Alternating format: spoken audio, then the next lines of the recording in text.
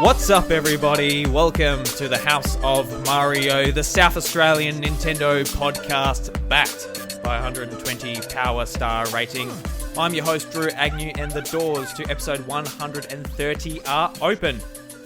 Joining me this week for our Nintendo Neighbours sort of run of episodes is Paul James. How we going, man? Not South Australian, very much Victorian, but it's good to be on the show again, man. It's been, That's right. Been a couple of years, but I've been looking forward to this, so let's go. Yeah, I remember last year it was like, oh yeah, we're going to get you on, and it just didn't work out. You ended up coming on with a bunch of other people, and you know they stifled your voice. You didn't get to talk as much as you might have liked to. I don't know. I do have a sense of self-importance that makes me think that my voice needs to be heard more than any other, and the fact that they didn't allow that really hurt. No, it was a great episode, and I did rein things in when we got to the fan fiction bit. Good times though. Yeah. So this episode is going to be very casual. I've got no structure for this episode. I know the House of Mario is usually, the structure isn't necessarily there anyway, but this is another version of no structure. But that's cool because for this sort of having the guests on for the start of this year, it's mainly just to talk with people who I might not know, or like yourself, Paul, just like catch up with friends that I don't get to talk to every day. So this is just a good opportunity to do that. So what are we talking about, Drew? We're going to be talking about Nintendo in some fashion. But to start off with, like just before we were talking, or just before we hit record, we're talking about sort of like the next generation of consoles for PlayStation and Xbox. And oh yeah, I said to you, like, I'm sort of leaning towards Xbox as far as like the other two major consoles go, and it sort of got backed up by the fact I got the email from PlayStation, sort of breaking down my stats throughout 2019, and yeah. I used to play nothing but PlayStation Vita, PS3, and PS4. That's pretty much what I used to play. Then like with the Wii U, when a major exclusive came out, I played that, but every 9 to 12 months. No. The Wii U has some really solid games. It did, yeah. It's got a nice, probably 12, which I'm like, yeah, this is really good. But yeah, it's lacking a little bit. But the email from PlayStation said that I played 5 games for the year, and I earned 5 trophies. Oh, 5 trophies. This host of a new upcoming PlayStation show, which I'm just going to blow the Explosion Network out of the water here and say it'll be the number one PlayStation podcast in not just the Oceanias, but we'll just say the Asia Pacific region. Oh, which expanding, little bit larger. That way they can have their little corner of the internet there, and we'll just take the rest of it. But anyway, yeah, I mean, as like I checked through my stats and it said I'd played like 60 odd different games, and I ran the numbers afterwards. It was working out to be about 2 hours of gameplay per day, which surprised me somewhat because with a toddler, I don't know how I've managed to find that time. But I also think there's been a few occasions, especially early in the year last year, when work was kind of getting a little bit crazy at different points. I'd sit down to play PlayStation at the end of the night, Game X, who cares what it is. But then I would fall asleep and wake up 5 hours later. And so it's probably skewed my numbers a little bit. But still, I mean, I'm a big PlayStation guy, and I can see why you've kind of shifted, though, your interest across to Xbox, though, because you are Nintendo first and foremost. And I guess you probably still only come across to PlayStation for some of the exclusives from time to time. Mm-hmm. But then, we've been talking a lot about third-party titles this year as being the big things, and if you've got the option between PlayStation and Xbox, well, it makes sense in some respects. You might pick Xbox because some of those games are free on Game Pass. Yeah. Which is a service that PlayStation 100% needs to mimic. Yeah, and Game Pass really got me, especially now that it's gone to PC. I'm playing like a lot of indie games on there. Like I've been spending the last probably 3 days just like downloading stuff to my PC. Just like...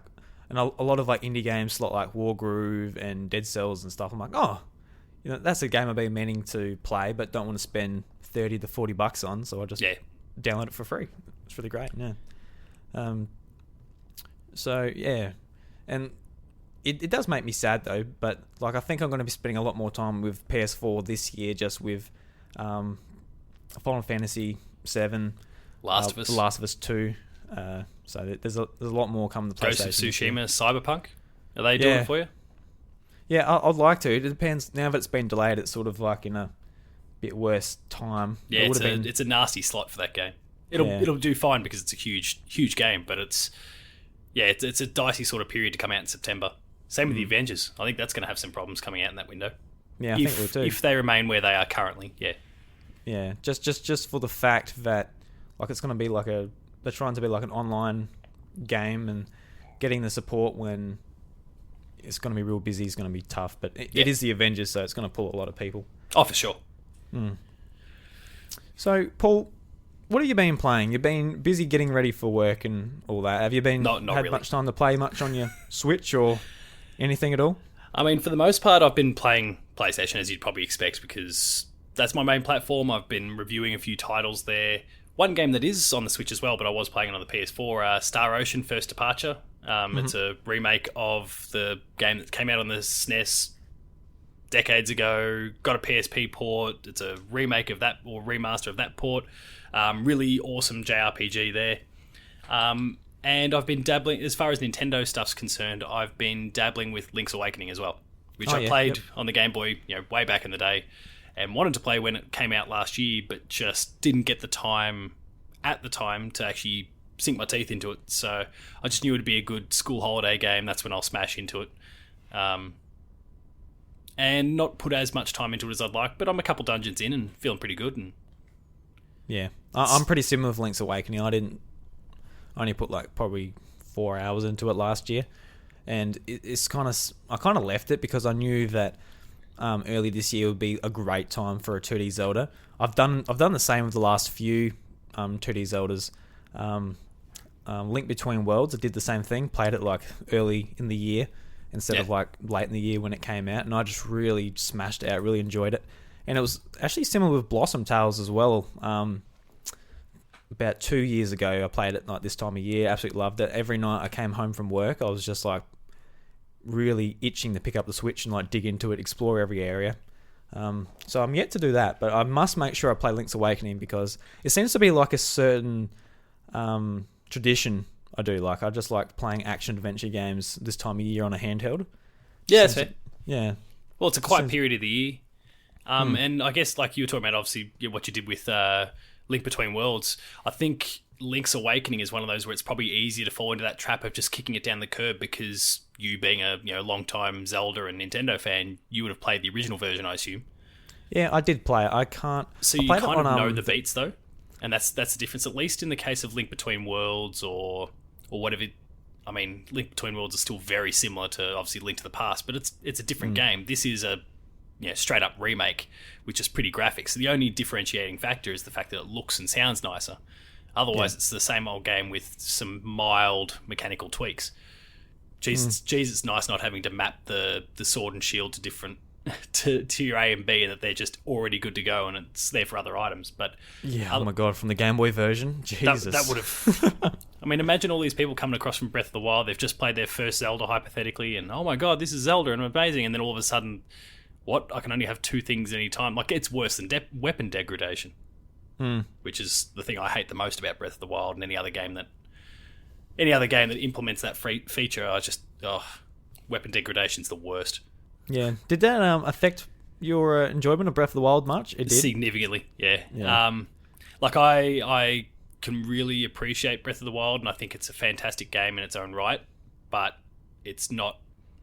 It's the first Zelda that I'd say is not a Paul game, simply because of that feature alone. Yeah. I just can't... It frustrates me too much. And with weapon degradation... Sorry to interrupt there.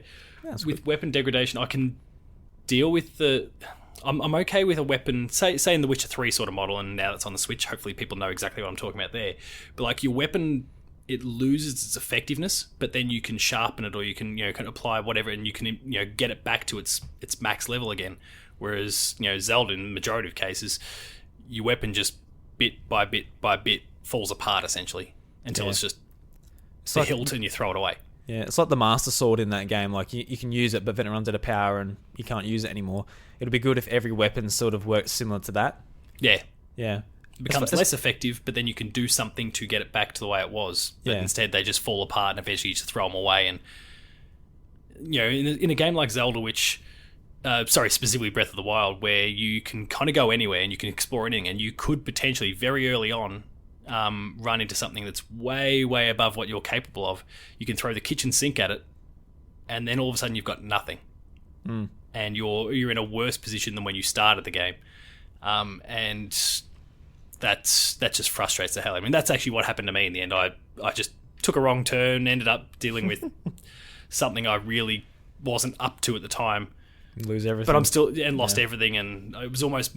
I didn't do it, but it was probably... Would have been quicker for me to actually just delete the save game, start again, and go from there. It's funny, because when you talk about it, and when I talk about it with other people, it makes me think like, oh, this is the worst thing. I hate it so much.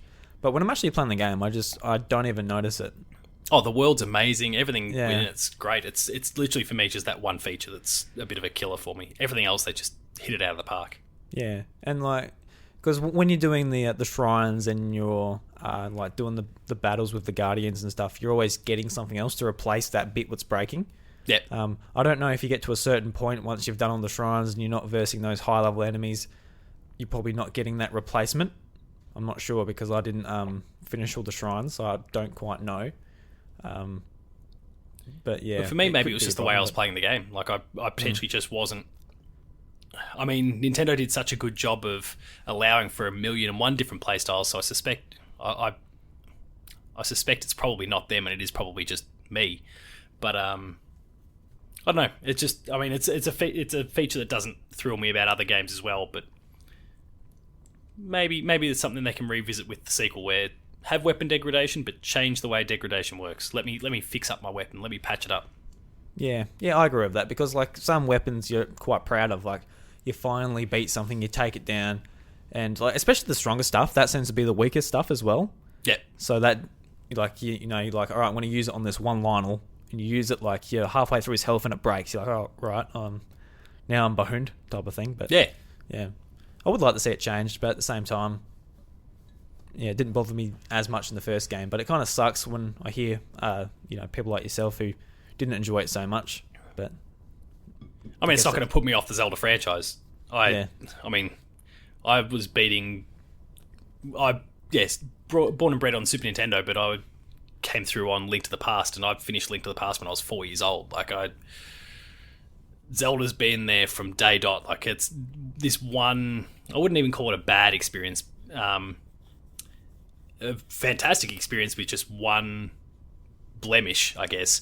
That's not going to stop me from smashing through Link's Awakening and playing Breath of the Wild 2 when it comes out, and probably still finishing it and enjoying it, and etc. But it just might, it's not going to be able to knock off your Ocarinas of Time and Links to the Past and those sort of games off the top of my favourites list.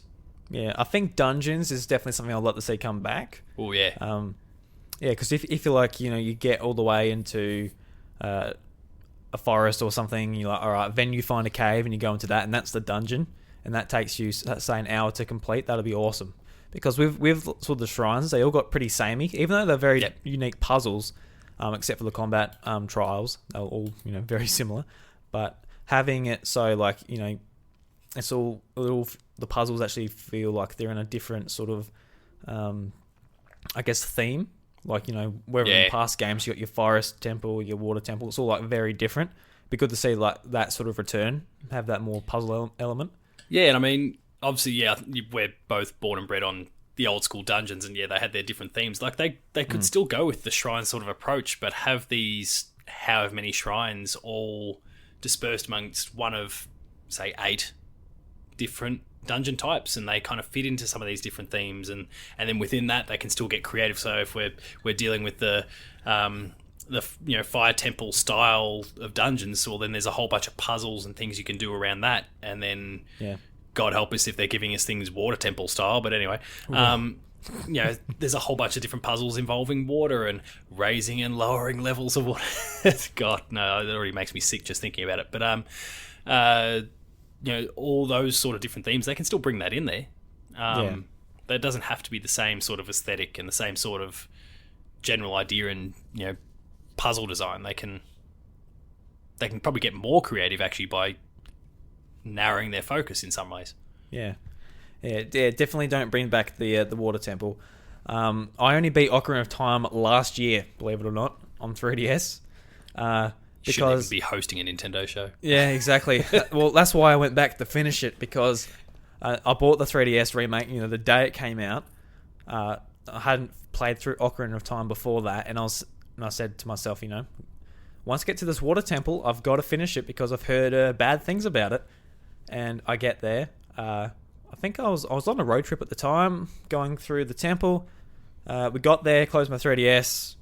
That night, got it out. I'm like, oh, all right, don't really know what I'm doing. And I went back to it several times, and I just lost track of where I was. I could not find this one key, could not get through the door. And I went back to it maybe a month later, then a month later, all right, put it on for 5 minutes. I got no idea what I'm doing, close it. And because when did the 3DS version come out? What was it, 2012? Must have been, or 11. So I think it was 11. I'll fact check you in the meantime, but yeah, it'd be in that sort of window. So if it came out, say, 2011... No, because Skyward Sword came out 2011. Anyway, so it came out around that time. Yeah, hang on, I'm about 30 seconds away from having it for you, but it came out June 2011. Oh, that's right, because it had the Skyward Sword teaser in the fortress. Yeah. Had art there.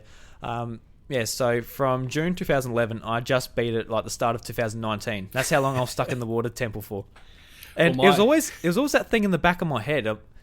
I'm like, I do host a Nintendo podcast now. I am a big Zelda fan, and I've got Bryce, who's his favourite game of all time, Legend of Zelda: Ocarina of Time, and here I am stuck in the water temple. I felt absolutely awful, and I was actually genuinely embarrassed.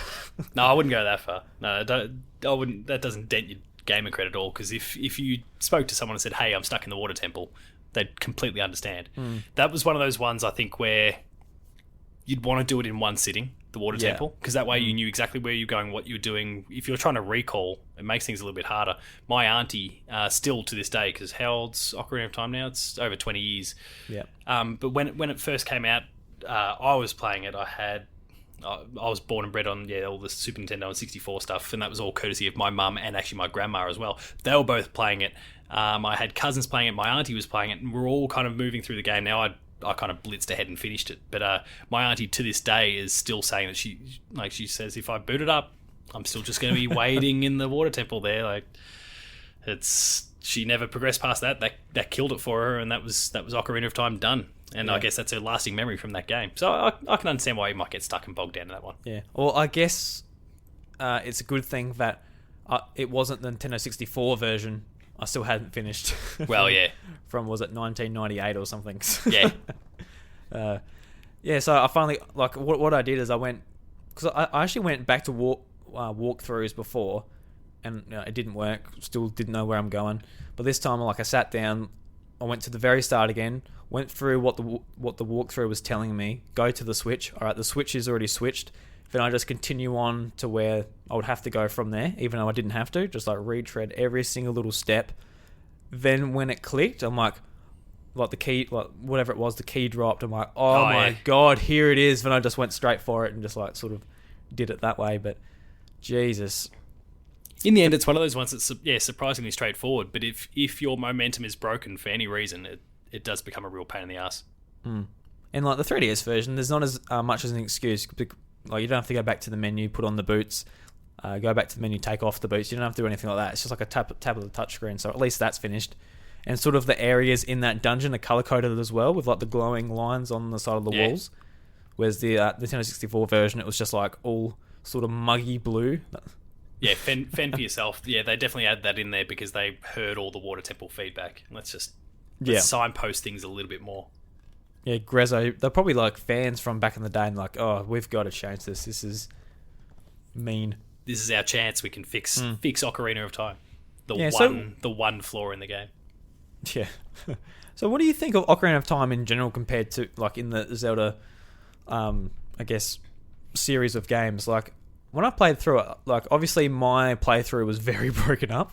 Yeah. Say 6 years between play sessions or whatever. But when I finished it, I don't know. It's not at the top of my favorite Zelda games. I know that. Like I know I didn't play it when it was the groundbreaking sort of game as it was back on Nintendo 64. But for me, it doesn't beat like some of the most, I guess, more recent Zelda games I played. I'm just interested where it fits in for you. Well, yeah, I mean, for you, it might be that exact point that you made though, where you didn't finish it back when it was at its peak, and that's when everyone was finishing. Like for me, I finished it. Yeah, within the first week, I would say that it came out. Yeah, and you were like were you a and kid for me, back it's my then? favorite. Yeah, it would have been. Yeah, 98. So I would have been 9 years old. Right. Yeah. And like I think it's my favorite Zelda. Not my favorite game. That title goes to the wonderful Final Fantasy 9. No, yeah. But it's my favorite Zelda. Only just ahead of Link to the Past, but I think there is that nostalgia thing that kind of starts to kick in. If you didn't get to experience that in the way that we did, it's like when someone goes to play a game even a few months or maybe a year after it's come out, and I was talking to a mate recently that was playing The Last of Us, and he wasn't there for like that conversation in 2013. And I mean, where we've just ticked into a new decade, and there's been a lot of those articles that are game of the decade and all that sort of thing, and The Last of Us is at the top or very close to the top in a lot of those lists. And he's playing The Last of Us now, and he's going, I don't get it. Like, it's a real good game, but what is it? And I call him a damn fool and smack him around for it, because it's easily the best game of the decade as far as I'm concerned. But that thing, I think, is like when everyone they play the game when it first comes out, and especially these days, you start to see the 10 out of 10s popping up left, right, and center, and people are getting whipped into a frenzy, and it cleans up all the Game of the Year awards, and it just gets elevated. These games get elevated to such a level where your expectations, as someone who's coming to the game later, just skyrocket to an unrealistic sort of point. And I think that's even what The Last of Us Part 2 is facing ahead of release. These expectations are probably unattainable in a lot of cases. Yeah, and it's the same sort of thing for anyone coming back to an old game like that. Yeah, I feel like I've done that a lot with Bryce has done that with me, and I've done that with Bryce. Where I'm like, Bryce, you got to play The Last of Us. When he got his PlayStation, I think he got it with his PlayStation, and he played like the first 4 hours. He was like, it's just another zombie game, whatever. I'm like, what are you fucking talking about? It's like Bryce, I know you're listening right now. Get fucked and don't come back. No. Yeah, I'm like, what are you talking about? But like, I love Life is Strange, like both the prequel and like the actual like main series. I'm like, Bryce, you got to play this, man. And he started playing it on Game Pass. He's like, yeah, whatever. You pay for the. They say hella a lot. Yeah, I'm like, oh man, like because I guess like once the time passes and sort of they put on this pedestal, everyone who played it went around launch. People are like, oh yeah, whatever. It's not that good. It's pretty good, but it's not that good. It's not often that you can find a game that kind of just continues to wow and impress. And I mean, something like The Last of Us, to use that one as the example, like people may not react like that in the same way until, I don't know, let's flash forward 15 years from now and it gets a Resident Evil 2 style remake or something like that. Yeah. Because, I mean, and you're capturing new fans at that point that feel like they get it because it's been updated and revitalized in some ways, where simply playing the original game or even just a remaster that's just looking slightly prettier, it doesn't achieve the same thing. And I think, and I don't know, it might be something we can spin off into, like, I feel like Ocarina of Time would seriously benefit from some sort of remake treatment down the line. Like, not just what Grezzo did for the 3DS, but like a full-blown... I don't know how much they would necessarily add or subtract or whatever, but a remake that just... We know that the technology from the N64 and PS1 era, some of these games look pretty shit. Yeah. And if you even if you built the exact same game, let's talk about it like through the Resident Evil 2 remake style path, where it's the exact same game, but it looks jaw-droppingly gorgeous. It would be. I'd be curious to see how that'd hold up. It would be awesome. It would be cool to see, but at the same time, if they just announce, like, the Switch is already getting so many ports and so many remakes and so many whatever. When I see a Zelda game, like, unless it's the port of the Wind Waker remake from Wii U, because that's an easy get, and would like to see that. It's kind of like, oh, cool, but Yeah, and like I said, I'm not a super nostalgic Ocarina of Time fan either. Probably the wrong person to ask, but let's just start the conspiracy theory now. The reason they haven't put N64 games on the Switch is because they want to get the remake of Ocarina of Time out first. It would, yeah. That's maybe. Totally baseless, that comment. Yeah, maybe they're... But tweet out about it as much as you like. Yeah. I'd prefer to see a remake of Mario 64, personally, if we're going to pick a Nintendo 64 game. Yeah. Because, that is where it's at, because the DS version was a remake. It did look better, but it didn't look, like, remarkably better. It had 30 extra stars, characters. It was a great remake, or whatever you want to call it. Port or whatever it is, yeah. Yeah, but, yeah, having, like, a Mario Odyssey, just a really nice, glossy-looking game, that would be really cool. I'd love to see that, because that would probably be my favourite Mario game, and like I do have nostalgia for that, because a lot of my nostalgia for Nintendo 64 games is just pretty much what my friends had. My friends didn't have Ocarina of Time. I didn't used to go around to Bryce's house a lot back then, so Ocarina of Time wasn't really on the thing. It was mainly Mario Kart, Mario 64, Smash Bros. It was like most of the mainstays, but stuff like GoldenEye, Ocarina of Time, like there's some games I just didn't get to play and I don't have the nostalgia for. That's fair.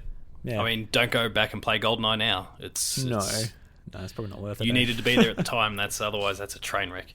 Yeah, like when it comes to a first-person shooter, which I have nostalgia for, is probably like Halo. That's probably the one I look back on and go, that was so much fun playing just Blood Gulch and doing that type of thing. But yeah.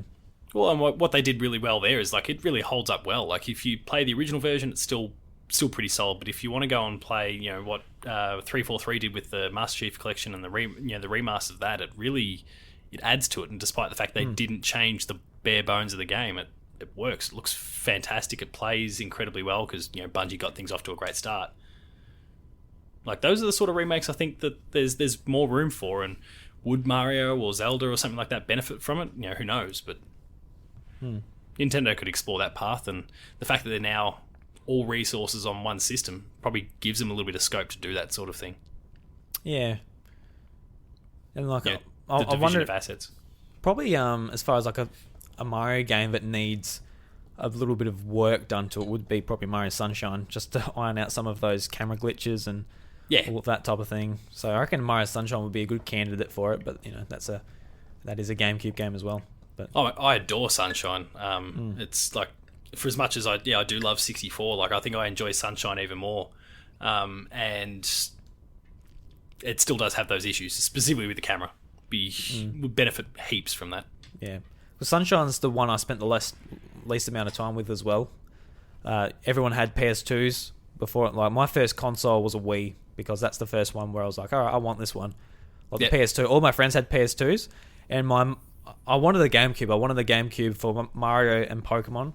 And Mum went to, I think, a Game Traders at the time and said, store clerk, what is this GameCube? And the guy said, GameCubes are shit. Do not get a GameCube, get a PS2. And Mum's like, oh, okay, Mr. Games Expert. I'll keep that in mind. She comes back. She says to me, was I 9 at the time? 9, 10. Says, the guy said GameCubes are no good, but do you want a PS2? And I'm just like, oh, okay then. No, I don't want a PS2. All my friends have PS2s. I just go around and play theirs whenever I want. Yeah. And I'm not necessarily interested in getting my own console just to play GTA and whatever I was interested in at the time. So I just didn't end up getting a console until the Wii. Right. Because that's the one where I was like, yeah, I want this one because I want Nintendo games, and Wii Sports at the time really interested me in the motion controls, because at the time motion controls were actually fun. Yeah. Wasn't a gimmick. The actual gimmick, yeah. So yeah, I didn't. I missed a lot of GameCube games, and I've still missed a lot of GameCube games. I want to get remakes. I think one I really want is the Prime trilogy, Metroid Prime trilogy. Come on, Nintendo. We know you've got it. Yeah, because like going back to the GameCube and playing it, I'm like, not so much. Emulating it on PC, I'm like, yeah, I feel dirty emulating GameCube games, even though I can run it really well with the GameCube controller and everything. I don't end up playing them. I don't feel inclined to go to an emulator to play through a game. Yeah. Even though it's like the best experience with like optimized and everything. And then there's the Wii version with like, I don't want to do the motion control aiming. I've sort of moved past that.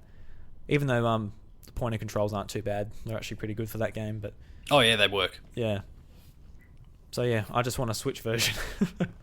That's fair. No, Yeah. I don't blame you at all. Did you have a GameCube or? Yeah, see, I was we were kind of a similar sort of story to you, except that we did ultimately get the GameCube, and we did get the GameCube before the PS2. I'd been nagging for a PS2, like I love my Zeldas and all those sort of things. I knew that was going to be an inevitability because the family was still all in on Mario and Zelda. It wasn't just me, so I knew that was going to happen. So all my nagging was for a PS2 because then I'd end up with both. Got to play the game. Oh, very smart. Strategy and all that. But no, I mean, like, we got the GameCube launch day. I didn't then see it till that next Christmas, but which wasn't obviously that far off at the time. But yeah, from there from moment one with Luigi's Mansion, and then Smash and Sunshine and all those sort of things start coming out. Pikmin, of course, at launch as well.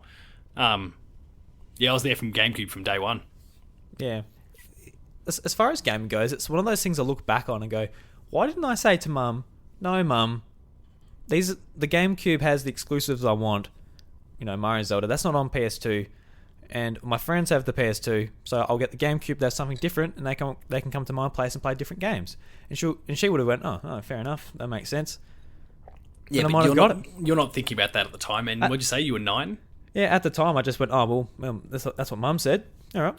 Yeah, and she's passing on what an expert said, so I'll trust the expert. Yeah. Yeah, no, I don't blame you at all. And like that expert's a dickhead and should have shut his mouth.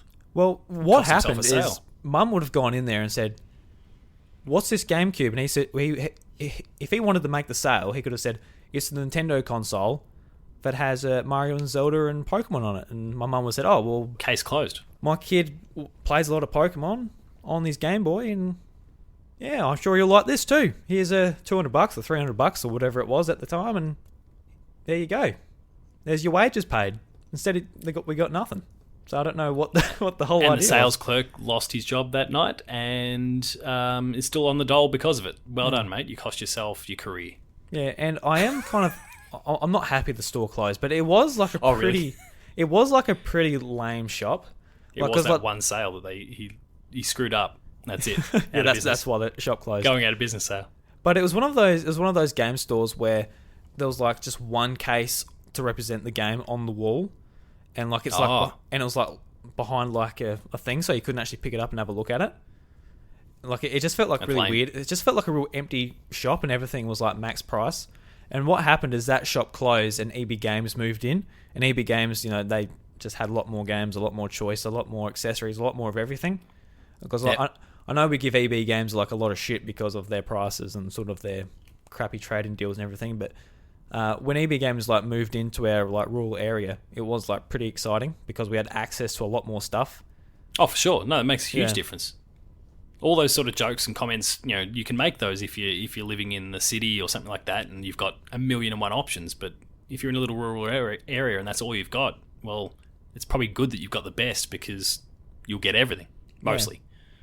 Because like if I remember a few weeks ago or maybe a month ago when they sort of like said, "Oh, we're shutting down so many stores in Australia." I went straight to it. I'm like, "Oh God, are they shutting down the one around me?" Because like I download all my Switch games and all that. Like I'm not helping the store as much as I used to.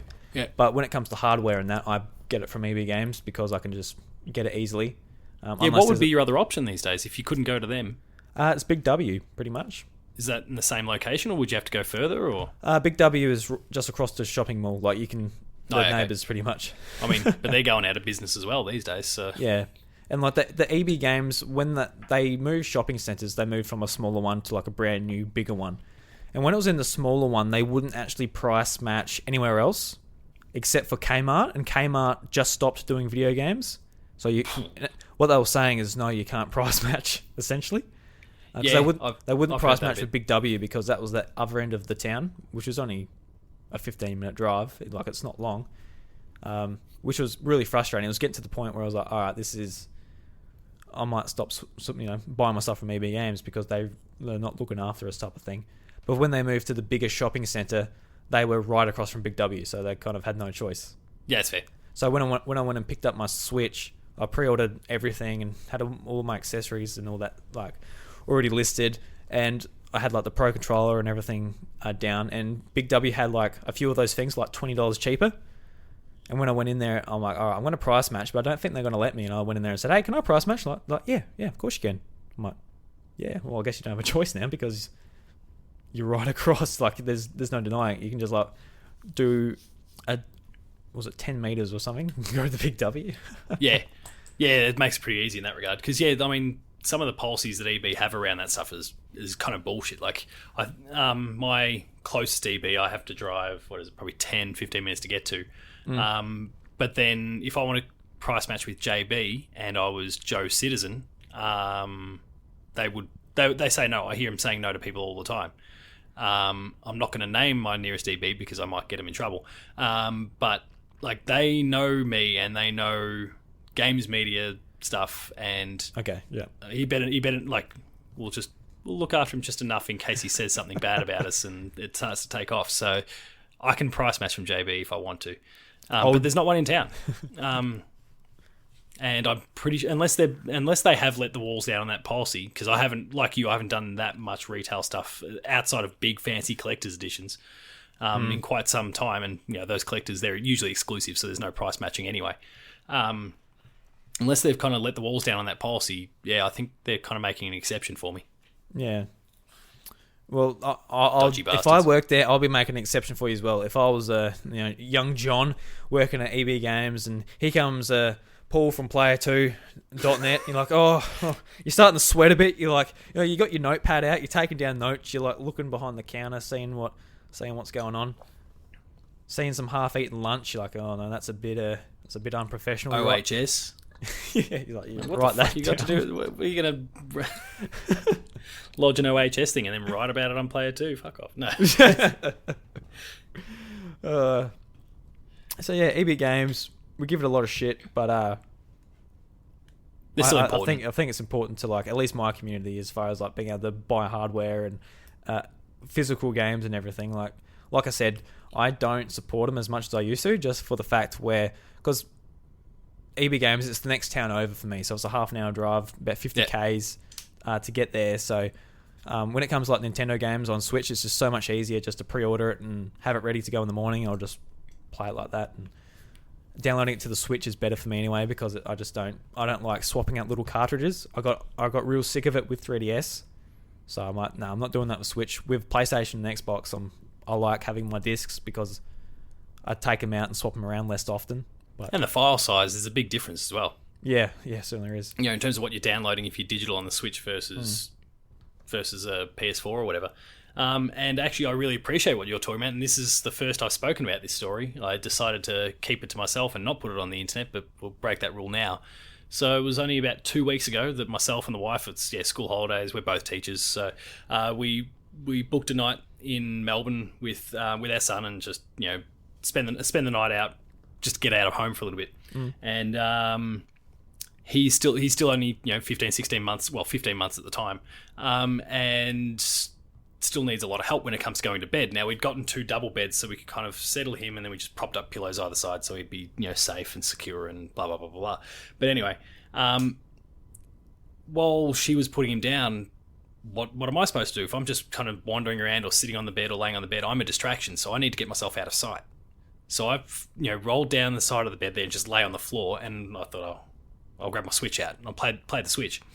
So I had my little Switch Super Mario Odyssey case that came out when Odyssey came out, beautiful looking thing, and it's loaded up with a lot of physical cartridges because I'm still fairly physical when it comes to the Switch for whatever stupid reason. I think it's just the prices. Yeah, fair enough. That is a cheaper good reason. Still cheaper to go retail than it is physical. Than it is digital. And that took a lot of time for me to eat up too, because like Mario Kart 8 Deluxe comes out, $64 at Target, $80 download. I'm like, oh. And with a young family, I'm still penny pinching, so I've got to save. Like, okay, $16. Yeah, I'll save the $16. Yeah. But so I'm playing in the Switch on the floor there, and I had my Mario Odyssey case, which has about 7 or 8 cartridges in it. And it wasn't until a week later where I went to go play the Switch, and I could see the Switch, because there was one of those big boxes as well that you have all the dock and all that sort of stuff into. I've got one of them as well. Yeah. and I tucked the portable thing inside that had the cartridges, and it turns out when I went to go play the Switch, I'm like, oh, I don't want to play Zelda right now, which is the game I'd had in at the time. I'll play Astral Chain or something else. And then I'm hunting around the house for about 45 minutes trying to find the Switch case. Ooh. Couldn't find it. Ooh. Gave Crown Metropole a ring. Now, for some reason, I don't know why they didn't call me, but they found it while they were doing the cleanup. So I nearly lost about $800 worth of games. Oh, yeah. And just because I'd rolled down onto the floor and I'd just presumably just knocked the case under the bed, and that was it. Nearly lost $800 worth of games. Good fun times. Yeah. Reminded me that I do need to go digital for the Switch going forward. Yeah, and like there's certain situations, like say if a fire goes through your house, and I don't know if your insurance or anything would like pick up for like all of your separate games or whatever it is, but you know you'll lose all your games. But then there's other situations where like you lose your Switch, you've got all your games downloaded to it. Nintendo's account system isn't 100% like where we'd want it to be for being able to log back in and sort of securing it. So there might be like different situations where you'll be better with the other, whereas you know, if you lose your Switch and you got all your games just on the cartridge, you'll be fine. But yeah, if you lose like your little package with like all of your games in it, you know, you can lose it like that too. So yeah, there's still all these pros and cons that people are still weighing up when it comes to physical versus digital. You know, price versus what if there's an emergency and all that sort of stuff. Yeah, I can totally appreciate that.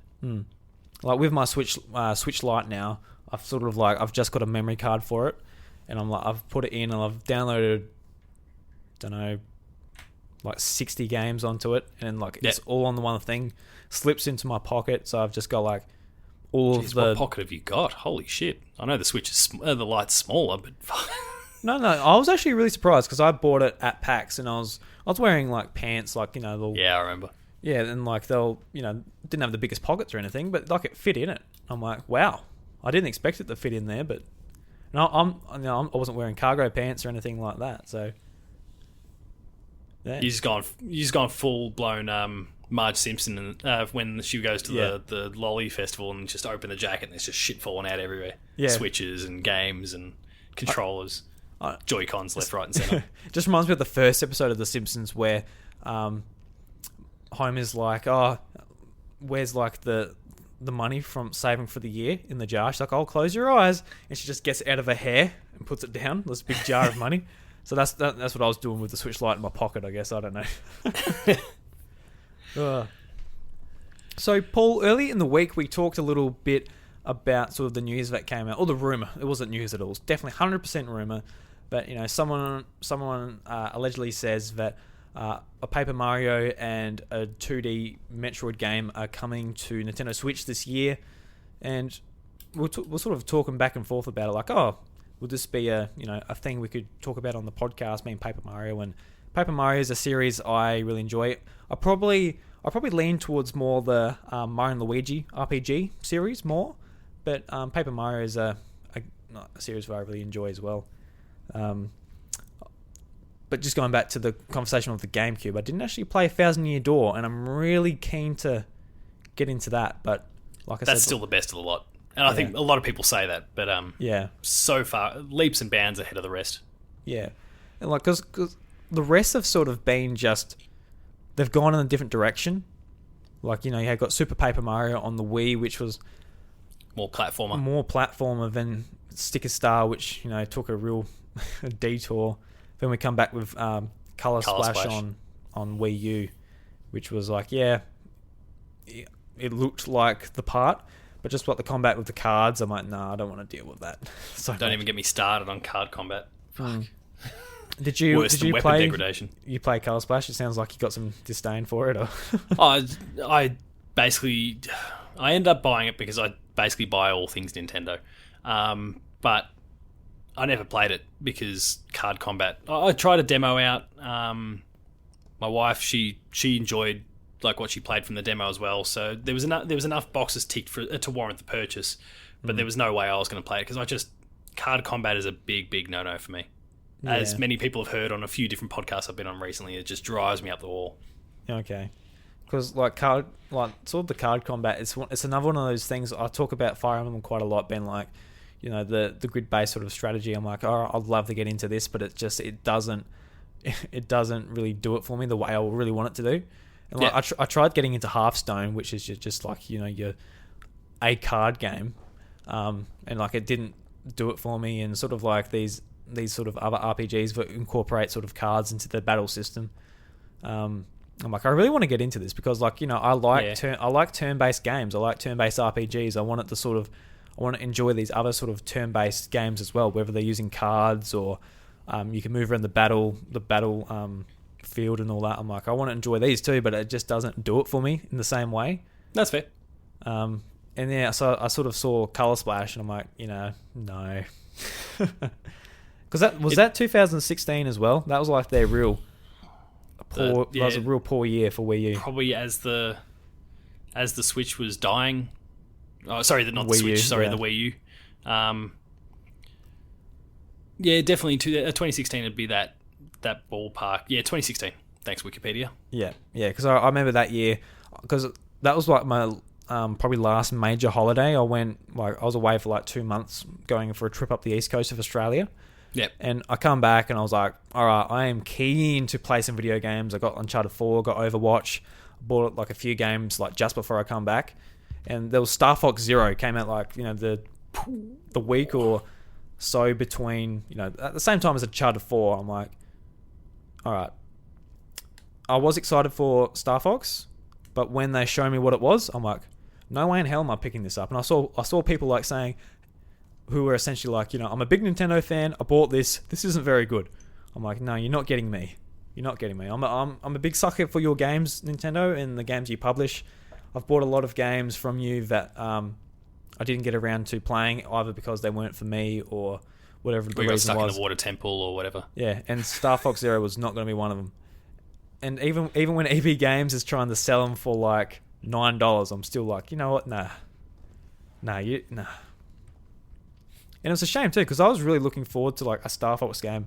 On WarioWare Smooth Moves, there was a boss where it was basically like Star Fox from the Super Nintendo, and you could use the motion controls to move the R-Wing around. Oh, that's all right. And I was like, I really want a full Star Fox game where you're steering the ship with motion controls, because I really liked it. I played that mini game just over and over trying to beat high scores and stuff. I'm like, that'd be cool just to see that type of thing. And they finally bring it to like a motion control sort of way of playing it, and that's what they came up with, using it to aim just with the second controller. I'm like, oh, whatever. But yeah, it was a pretty lame way to do it. And it's crazy that like Platinum, who just kicks goals left, right, and centre these days, could put out something like that. Well, they kick a lot of goals, but you know, we like to forget about sort of their duds as well. Oh, yeah, the duds, I think they even just phoned in because they're all little partnership, like tie-ins for Activision or whoever along the way. Yeah, and it is Legend of interesting that Korra sort of that Star Fox whatnot. was treated in the same way, like, you know, the Legend of Korra, like the Avatar game and everything was treated. Yeah, it's as well. almost like they assigned the B team to it. Yeah, because even with Avatar, because I'm a big Korra fan, especially back then when like I was actively watching the anime, or not the anime, the cartoon. Yeah.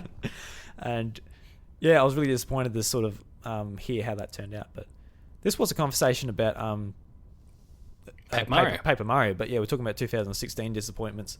Of which Paper Mario was one of them. So Yes, it's okay. yes. We've gone full circle. Yeah. So you said you bought it, but you didn't actually Give it any time at all. any time. Myself. Yeah. My wife played a little bit of it. She probably played a few hours and then she decided it wasn't for her either. It's a shame too, because like it looks so pretty. Like the writing is like stunning. top notch, but the actual game itself is just not that fun to play. I know Eric Zach, he is actually like a pretty big fan of it. I think he actually quite likes it. Eric, are you okay? Like, just a few keywords in the comments and we'll come and we'll help. I might be putting words in his mouth. He might be like, Drew, what the hell are you talking about? I don't like it that much. Yeah.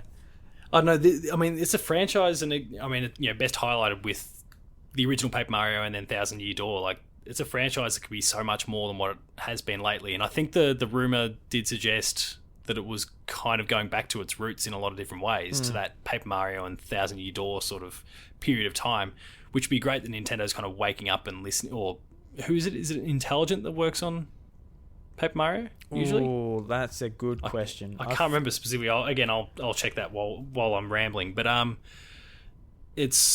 It is intelligent. Good get me. Pays that I did that first party preview for Nintendo recently. Yeah.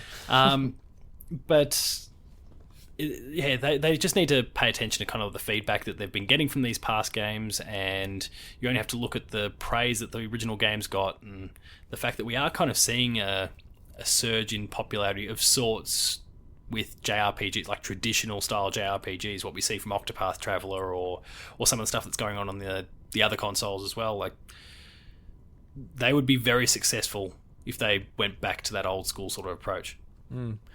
Yeah, like, it's a game that I would really want this year as well. It's something I feel like it might change in a couple of months, but as we're talking about it now, I really feel like playing just like a turn-based Mario RPG. Even if it's like a Mario and Luigi game, I'd love to see that. I know sort of the studio behind Mario and Luigi, had some financial trouble towards the end of last year, so we're not going to see that. But yeah, well, they shut them down in the end. Yeah, it's real sad. Which is not great. No. So we're not. But if Nintendo wants to make it work, they'll find a way to make it work. Yeah, like they can do it internally or find another studio, whatever it is. It's obviously not going to be the same, but for better or for worse, who knows? But yeah, Paper Mario, it's definitely something I want to see. I definitely want to see it go back to its roots. I think they sort of tried to make it something different because they did have the Mario and Luigi series running alongside it. They wanted to, all right, that's the turn-based one, and this one can be the more experimental one. Whether we're using like powers from stickers or cards, or or putting Paper Mario into that game itself, so doing like a... Oh yeah, that one as well. Yeah. Right. Because I was interested in getting that one. I sort of like hear reviews and they're talking about, you've got to like... There's so many sections in the game where you've got to collect toads and find them because they're playing hide and seek. And it just reminded me of like, say, Skyward Sword, where it's like, finish a dungeon, do the trial, collect all the bits of light, bring light back to the area. It reminded me of like doing that again and again and again and again. Yeah. I'm like, I don't need that. Don't need that at all. So I don't know. I get frustrated with it because there's so much potential with this franchise. I think that's probably the core thing that kind of underpins any conversation about Paper Mario, is that it's got so much potential and they just need to use it in the right way. Because that is the series where you're going to flesh out a lot of these characters. Like a Mario Odyssey, like every world has like unique enemies and characters and that, but you don't get to know them that well because they only say a certain thing like, oh no, my kid is stuck. Yeah. Go and help him. But in this, like, you've got like sidekick characters who follow you along. You've got like characters you meet along the way, and they've got like a big backstory. They've got personality. The writing is fantastic, and obviously in your more traditional Mario games, there is like next to no writing because that is not what the game is, so you wouldn't expect that. But it would be great to see it go back to sort of what it was, just really get some great characters. Like Paper Mario 64, that was really cool. Like having Goombario, just like really funny sort of play on Mario, and when they sort of like roll out the stage and a toad gets trapped underneath, it's just funny moments like that. Just playing with like the theme of paper and like what that means for like what living in that world means. Yeah, I feel like I can only and I'm only speculating, that the only reason they started to kind of change the direction is they felt like they'd rung how's the saying going? Oh no, who cares? The well was dry, with kind of jokes and punchlines and ideas they could use in that kind of old school Paper Mario like turn-based sort of format. But they've had long enough now where maybe they've replenished they've got a couple new writers in, they've got some fresh jokes. Let's go back to it. What I would love to see, I don't care whether it's paper, made of paper, cardboard, just normal, don't care what the art style is or the world's made out of, but I want to see Wario and Waluigi RPG. That is what I want to see, and I want to see it with like the real quirky, humorous writing from the Mario RPG series and the Paper Mario series. Sort of bring that into one and like really flesh out this like a really dumb, wacky story with Wario and Waluigi, and whether it's like them looking for treasure or just something like, I reckon the more mundane you make their task, like whether it's like, they're looking for some treasure, and then I don't know. I'm not a writer. Yeah, but something really basic. Yeah, just like something like where you can be like, this is so dumb, but like it's captivating enough to sort of drag you along with it. I'd love to see that so much. Well, I mean, all the Mario characters, like, you can give them a clear destination, like a really basic core, like golden path. But then, because of what that that Mario franchise is, you can do anything you want. You can spin off in any direction. You can make some stupid excuse why they need to go over here before they go back to their original goal, and people aren't going to question it. And Wario and Waluigi are probably going to be among the best options for something like that, because you can do absolutely anything. Hell, you just need to, for Wario, you just need to say there's money on the other end of it and he'll go chasing it. Yeah. Done. And like Waluigi, he's got like no backstory apart from like you can just say that Smash he got trophy things and whatever. he went to go chase a spot on the Smash roster, and of course he failed. And that's a whole reason why he's gone off in that direction. Done. They can make their own jokes about how he's not worthy of being in Smash. So like he's having a break from like his tennis open or something, wherever it is. Yeah. Training up to get in Smash, doesn't get picked. There's the story from there. It's a quest for him to get, and then the kicker is at the end of the game. You finish the story, and at the end the trailer rolls, and that's when Waluigi's confirmed for Smash. That would be beyond amazing. People would lose their shit. That would be. I would love to see, because we see Nintendo sort of lean into like sort of memes and internet culture in their marketing. And it seems to work quite well with their directs, and obviously Reggie like leaned into it quite a bit. He's like, I'm gonna use my body is ready sort of meme to like sort of Iwata with the bananas. Yeah, the bananas. That was something. I remember watching that just like watching it, like sort of like trying to figure out like, the Wii U. We're learning about these controllers. We're learning about all this stuff. Pretty interesting, and it just cuts back to Iwata, and we're like sort of watching him in silence. He's looking at these bananas when he looks at us and puts them down. And he continues talking like, what the fuck are we watching? I love you this. have to think it's like Donkey Kong related, but you got no idea, really, because it's Nintendo. It's like, I really love your games, but you know how to talk to your audience really well in this direct. Just, we're all a bunch of morons who laugh at anything. That's pretty much what it comes down to. Yeah. What was I talking about? Mario and Luigi? No, Wario and Waluigi. Yeah, and the Waluigi's going to be in Smash at the end of the game. Oh yeah, that would be great. I think that's where I was getting with that. That would be. Well, what really about cool, the other like half of the report? Because there was the 2D Metroid bit as well. Yeah, what do you think about that? Yeah, so I don't have like a whole lot of history with 2D Metroid. My first Metroid game was Metroid Prime, and like that was the story, or that game was developed by a small team in Nintendo America, so that wasn't it wasn't retro, it wasn't Nintendo internal, so like it was very repetitive, used a lot of assets, and that sort of put me off sort of Metroid. Like I absolutely loved the multiplayer in the DS Prime Hunters, but the story really turned me off, because every boss was just like literally recycled, and you just had to use a different weapon to take it down. It was really bad, and I didn't end up finishing it because of that. The last boss looked really cool, but I didn't get that far. Didn't get there. So yeah, I've gone back to like the original Metroid, and I've played them, but I haven't like played them through to halfway or completion before. It just doesn't.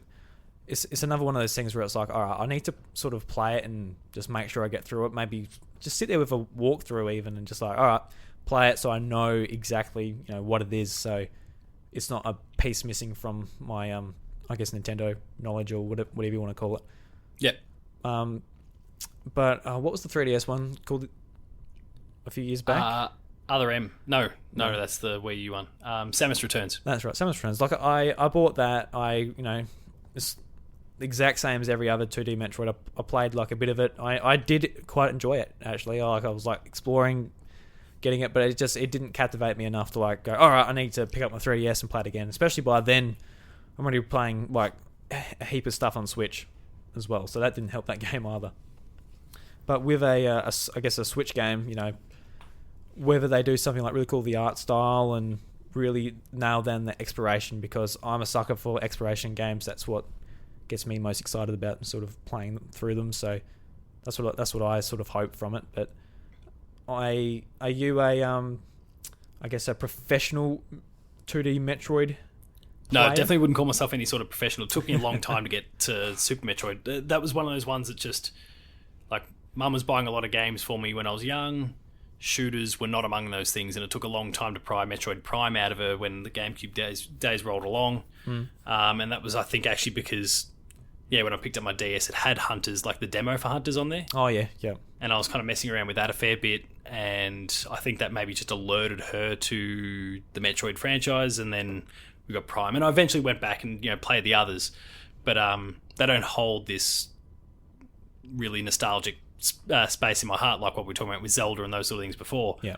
But I enjoy them, enough. And Samus Returns I didn't actually get to, but I still want to. It took me a long time to kind of fall in love with Metroids, Metroidvanias, that whole sort of genre. It was almost maybe 5 years ago. We're talking when the likes of Ori and the Blind Forest and those sort of things came out, which was an Xbox game, of course, and now it's on the Switch.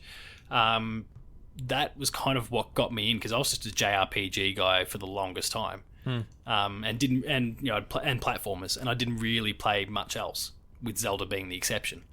And it was only kind of mid to late teens when I finally started to kind of open my eyes up to all this other stuff that was out there, and then I bought a PS3, and that was kind of a triggering point for me to start experimenting with different sorts of genres and just going and trying different things, whether that was borrowing them off people or buying them myself or whatever the case was. When I was finally earning my own income, as a uni student. Yeah, that helps.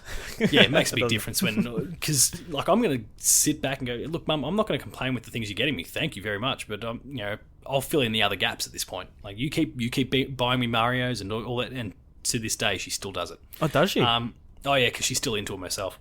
All right. So we just kind of got a little deal there. If it's something she's into, she'll deal with it. If it's something I'm into, I'll deal with it, and then it's just a matter of where the game resides, whether it's at my place or her place, whatever. No big deal. Yep. So does she have a Switch? Yeah, she's got a Switch. Oh, awesome. And my little sister's still got a Switch. There's 2 Switches in that household, and we've got 2 here as well between myself and my wife. So there's plenty of games and Switches and Nintendo hardware floating around between our 2 houses. But yeah, that'd be so cool, because in my house, or even when I was a kid or whatever, I've got so much stuff, because gaming is just what I spend my money on, because it's my hobby. It's what I'm obsessed with. So I've got I've got my Switch, I've got PlayStations and whatever, but I just wish I had someone who's interested in it with me I could share it with. Because if my partner was into video games, she would have her mind blown with how many games she has access to. Yeah, make a huge difference. I mean, and my wife kind of is. It takes very particular sort of games to really tickle her fancy. It blew my mind when we first met years and years and years ago, how deep her knowledge of GTA 5 was. She could tell me every single thing and where to go. And I sat back, I reviewed that game back in 2013 when it came out, and thought I knew it pretty well. Not even close. If you go here at this time and do this, this will happen. I don't know what you're talking about right now. Oh my god, and go off and show GTA go 5 off and is show me what it almost was. 7 years old. Oh my god. Yeah, I know, it makes me feel kind of old. Jesus Christ. Sorry, I just realised that all of a sudden. Oh my god. We're old people, Drew. Yeah. I'm starting to think that. And Time to go buy plots at burial sites and just roll ourselves into them. But anyway, on that positive note. No, I mean, it's that sort of knowledge of those sort of games at that sort of level blew my mind. But yeah, for the longest time I just didn't have access to that sort of stuff, because I just played what Mum had bought me, and it was only when I had a bit of an income myself that I started to experiment with other franchises. Yeah, I was the same way, because for me when I was a kid it was Pokemon. Just bought Pokemon. That's what I liked. That's what I played, and I had enough money to get Mario World. Played that. Got into Mario. But sort of did that throughout other series. My first Zelda game was Legend of Zelda Twilight Princess on Wii. So I guess that's where my nostalgia's from. Waking up in the morning, 5 o'clock in the morning to get through a dungeon before school and all of that. Yeah, I mean, lots of people hang shit on Twilight Princess. It's got a long tutorial, but otherwise it's a brilliant game. Yeah, I don't understand how if you like Zelda games you can hang shit on those dungeons. I understand the stuff around it, it's not ideal, but those dungeons are masterful. I feel like they're just so good. Oh, amazing! Yeah, some of the best in the franchise to this point. and clearly better than Breath of the Wild. But yeah. Oh, man. Yeah, so I want to talk a bit about your sort of your mum into video games. So, because like, I just find that really interesting. Like, I remember like thinking when I was a kid, like, wouldn't it be cool if like my dad was into Pokemon and he could like get Ruby version and he could get me the exclusive Pokemon and we could like battle together? I thought that'd be really cool. But like you would have actually had that experience of your mum being like, hey, you want to play Mario Kart? You're like, oh yeah, or like whatever the game is. Look, she didn't lead it too much, and certainly like as we got old enough to start occupying significant time in front of the screen, she certainly kind of drifted off a lot. And she still collects them, I think, with the intent of playing them, but never really does that much these days. Right. But yeah, I mean, from those early days, both Mum and my grandma, they had Super Nintendos, and like they were pumping Final Fantasy VI and Chrono Trigger and Earthbound and Zelda and Mario and all these things into my veins. But then, yeah, like when the likes of Pokemon came out at that point, two younger sisters, one of them was definitely old enough to start playing at that point, like to pick up a controller and actually do something, or a Game Boy in that case, and do something with it. The other was still a few years off, but like I did have that in the form of my sisters and Mum occasionally. There was a period where Dad was right into games as well, but his work just saw him traveling overseas all the time. Right. Yeah. So I distinctly remember one day walking into the lounge room and he was playing Doom 64 and he was just shooting shit up. And I think that might be the last time I remember him playing a video game, as much as he enjoyed it. And actually, there was one time I was staying at the grandparents and I'd wandered out during the night to get a drink, and he'd pulled up a spot in their lounge room and was playing Link to the Past until like 4 a.m. That's cool. Yeah. But for the most part, Dad has well and truly drifted away, and he kind of knows what he knows just via myself or anyone else. But yeah, I mean, it was a handy sort. They were very much enablers, having everyone around me that was into it as well. Kind of fueled my interest and made these things really acceptable, especially with Mum being interested in them herself. It wasn't a fight to kind of get the latest game that I was really big on, because chances are she was into it too, because I'd been force-fed that particular genre by her. Like, oh, do you want like Final Fantasy X-Z? You want it? Yeah, okay, great, I'll buy it. Just make sure you keep a save spot open for me. Yeah, I could imagine you're like, oh, Mum, like, there's this new game coming out. It's got a massive open world. It's going to be so good. She's like, I know, I cannot wait, man. I've already bought it. Yeah, we've already got the pre-order. Christmas Day. Little Paulie, don't you worry, mate. Yeah. I got this. You talk about your dad sort of drifting off from it. Like, I think I know the answer to this, but do you see yourself sort of maybe getting into the same thing where like you're playing less video games to the point where it isn't so much of a hobby for you?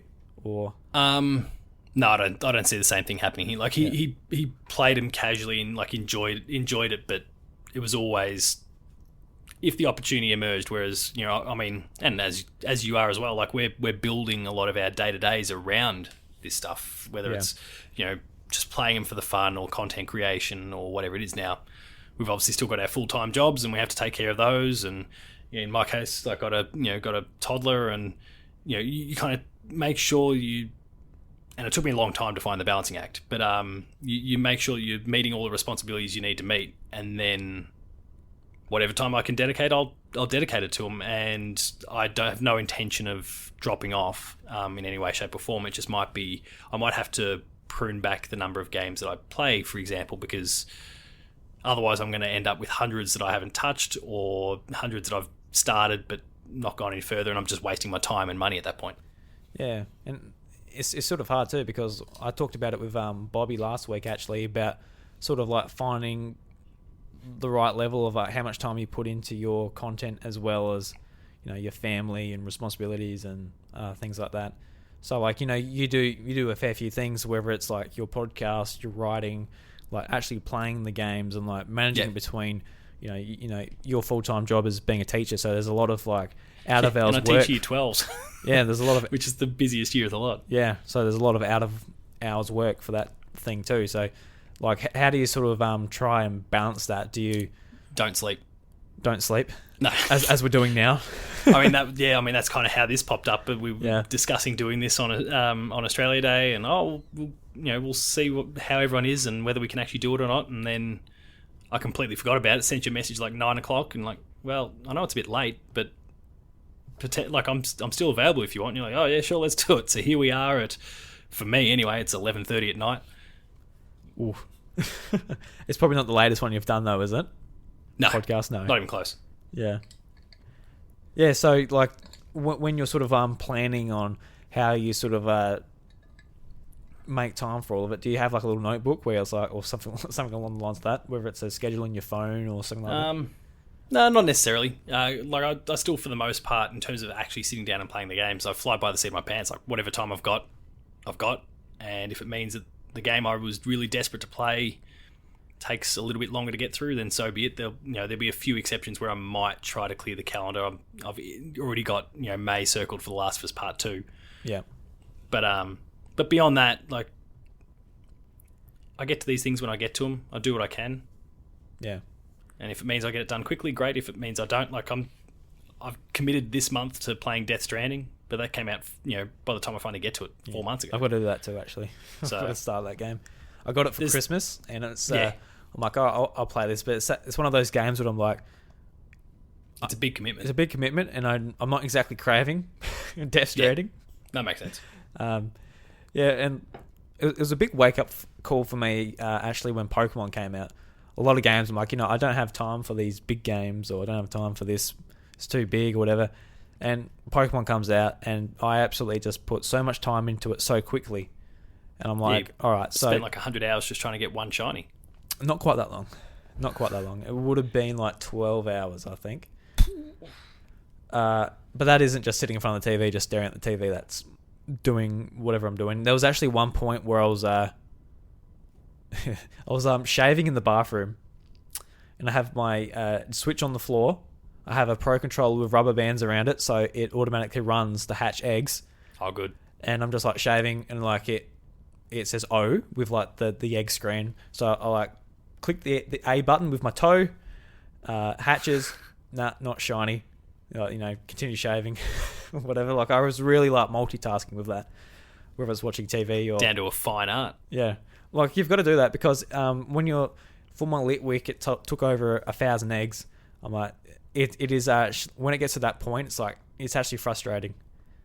Yeah, we discussed that on Patched at one point. Your efforts with that, we were really equal parts shocked and impressed. Yeah, because there was one egg. There was one shiny Pokemon, my Chinchou.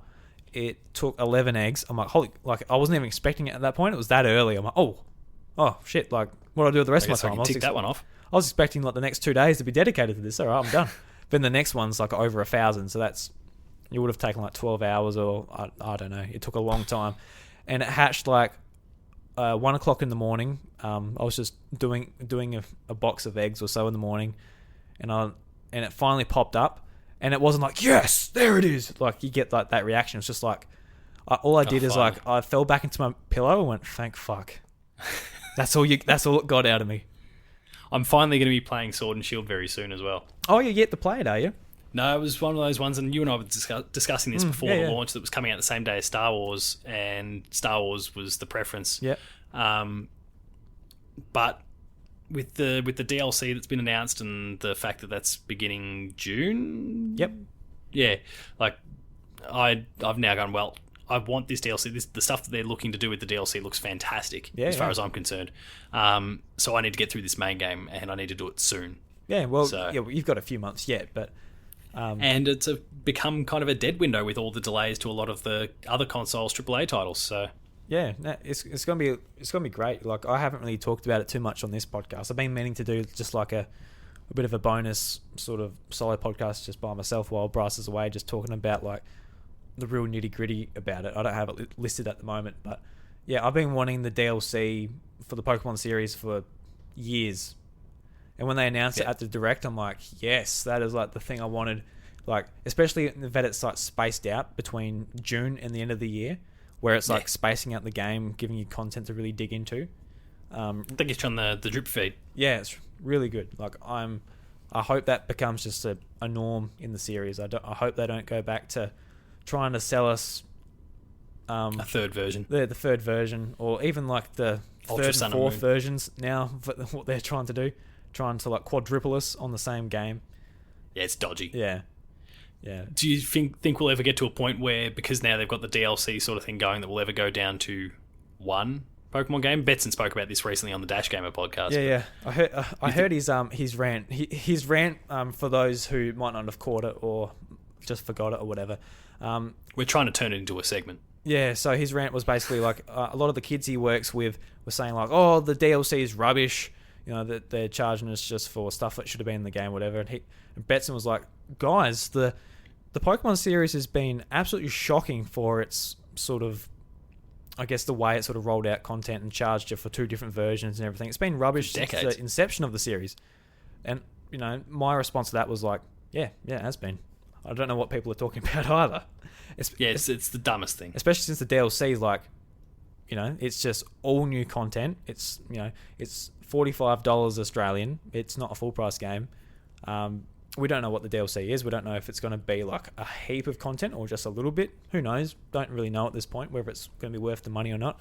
But I have the feeling that it will be. There's whole new areas and new Pokemon and all of that to dig into, new characters. I think it will be a great step for the series, and there's a lot of people who are really just looking for anything to dig at because of like everything that happened last year with the national decks, not being in the games, Pokemon being removed, and since then people have just been looking for a reason to just attack the games. People are negative assholes sometimes, and that's what it boils down to. Because with an axe to grind. For those that don't know, there was a game, an indie game that came out recently on early access on Steam called Temtem. I've been playing it the last couple of days. It's quite good for an early access, I guess, Pokemon-styled game. And people are like saying, oh, Temtem, it's way better than Pokemon because they're just looking for a reason to bash Pokemon. Oh, look, if it's it turns out to be a great game, maybe even better than Pokemon, great. It might encourage the Pokemon company to lift their game a little bit, because that's probably, if there was one argument I could lay at their feet, is that they probably have been a little bit complacent because they've had no competition.